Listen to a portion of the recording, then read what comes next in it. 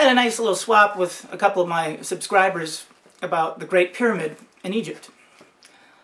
It's one of my favorite subjects. I always wanted to do a good video on the pyramids.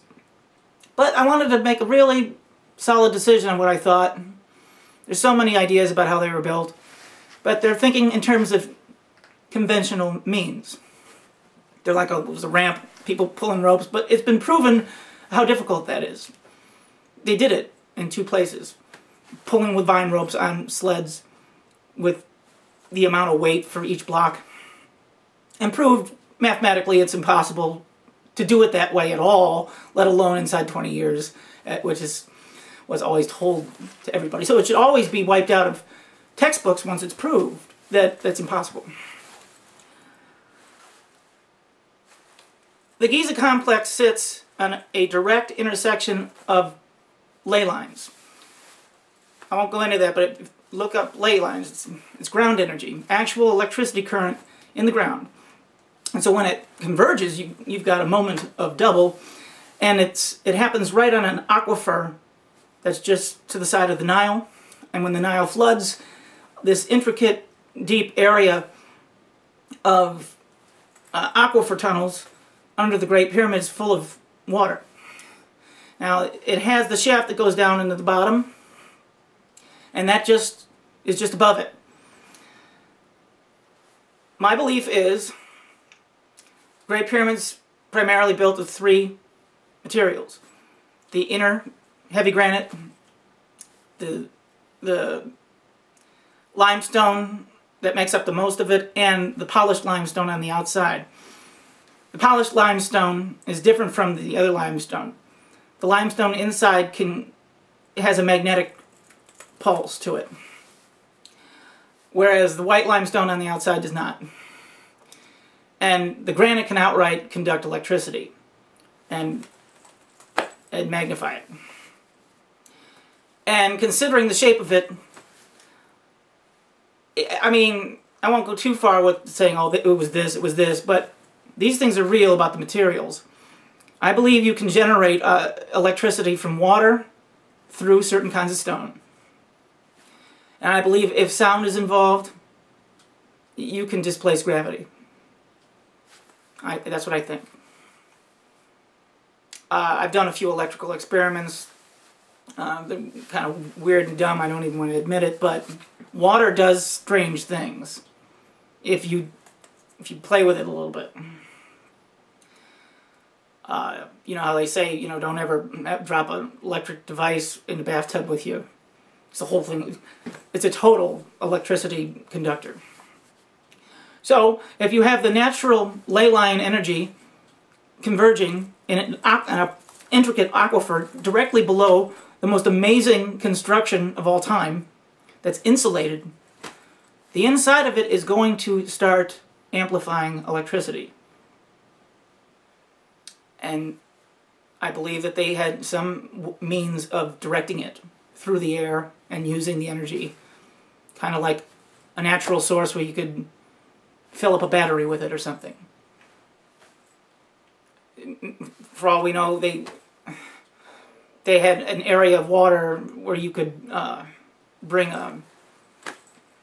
like a clay battery type of thing and go get your electricity for the day. I don't know. I mean, who knows what kind of technology they had or what they could do with it. But I believe when it was in its prime, the Great Pyramid glowed. You could see it glowing for miles. It was an electricity machine that was on most of the time when there was a certain amount of water in the aquifer. That's what I think. And I think it's 15,000 years old.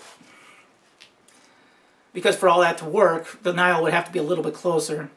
And the only time it was that close was about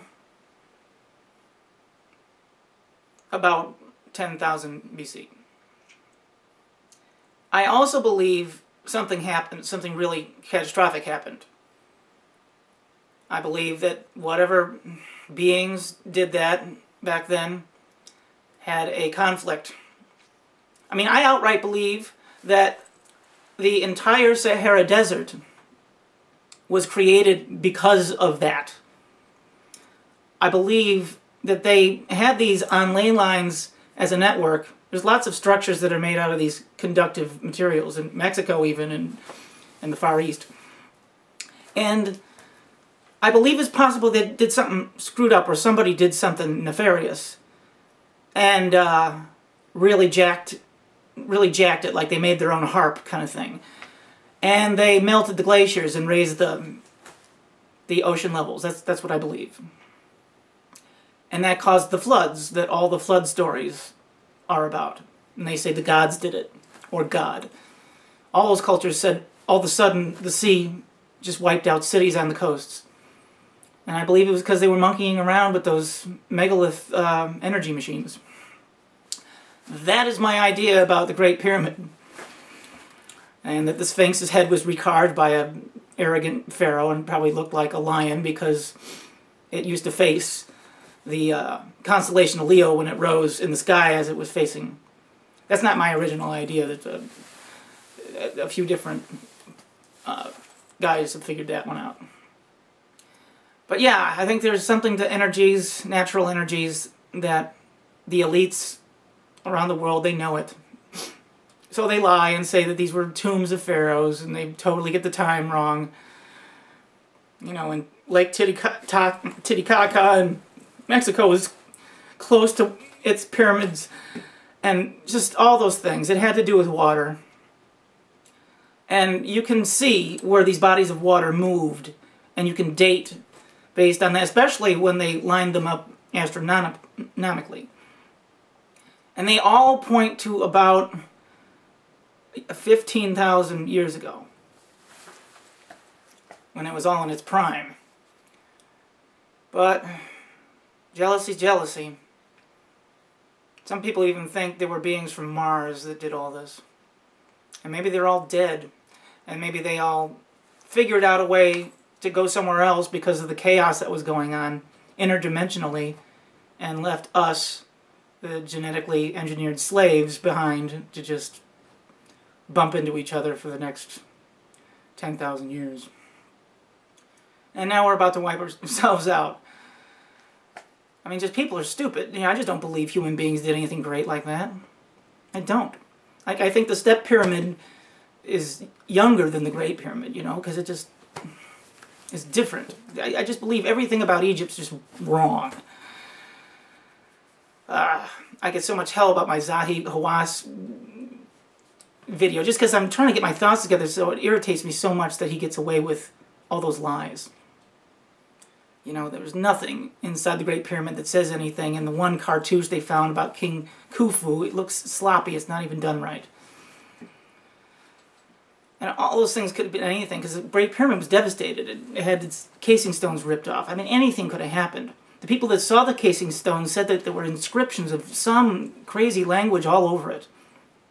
And a flood mark. Like, it flooded. And the climate changed so much that a desert was created.